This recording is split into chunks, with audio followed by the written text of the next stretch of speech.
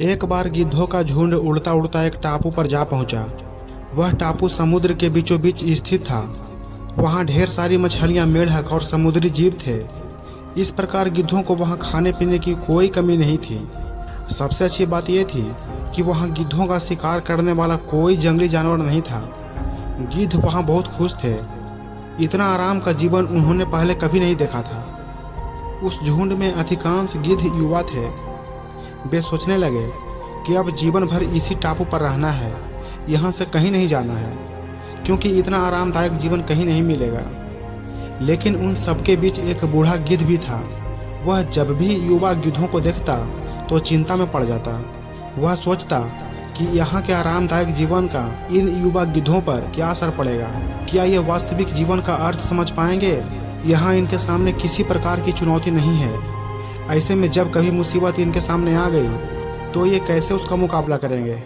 बहुत सोचने के बाद एक दिन बूढ़े गिद्ध ने सभी गिद्धों की सभा बुलाई। अपनी चिंता जताते हुए वह सबसे बोला, इस टापू में रहते हुए हमें बहुत दिन हो गए हैं। मेरे विचार से अब हमें वापस उसी जंगल में चलना चाहिए जहाँ से हम आए हैं। यहाँ हम बिना चुनौती का जीवन जी रहे हैं। ऐसे में हम कभी भी मुसीबत के लिए तैयार नहीं हो पाएंगे। युवा गिद्धों ने उसकी बात सुनकर भी अनसुनी कर दी।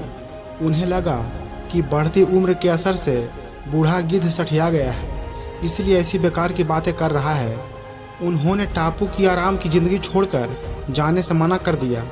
बूढ़े गिद्ध ने उन्हें समझाने की कोशिश की, तुम सब ध्यान नहीं दे रहे कि आराम के आदी हो जाने के कारण तुम लोग उड़ना तक भूल चुके हो।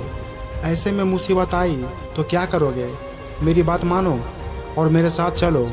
लेकिन किसी ने बूढ़े गिद्ध की बात नहीं मानी। बूढ़ा गिद्ध अकेला ही वहां से चला गया। कुछ महीने बीते। एक दिन बूढ़े गिद्ध ने टापू पर गए गिद्धों की खोज खबर लेने की सोची और उड़ता उड़ता उस टापू पर पहुंचा। टापू पर जाकर उसने देखा कि वहां का नज़ारा बदला हुआ था। जहां देखो वहां गिद्धों की लाशें पड़ी थी। कई गिद्ध लहूलुहान और घायल पड़े हुए थे। हैरान बूढ़े गिद्ध ने एक घायल गिद्ध से पूछा, यह क्या हो गया? तुम लोगों की ये हालत कैसे हुई?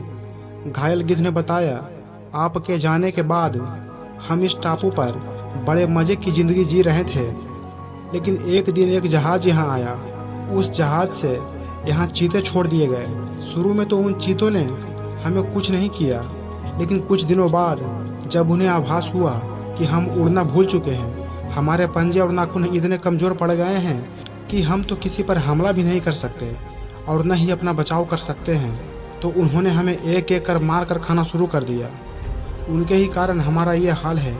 शायद आपकी बात ना मानने का ये फल हमें मिला है। दोस्तों, अक्सर कंफर्ट जोन में जाने के बाद उससे बाहर आ पाना मुश्किल होता है। ऐसे में चुनौतियां आने पर उसका सामना कर पाना आसान नहीं होता।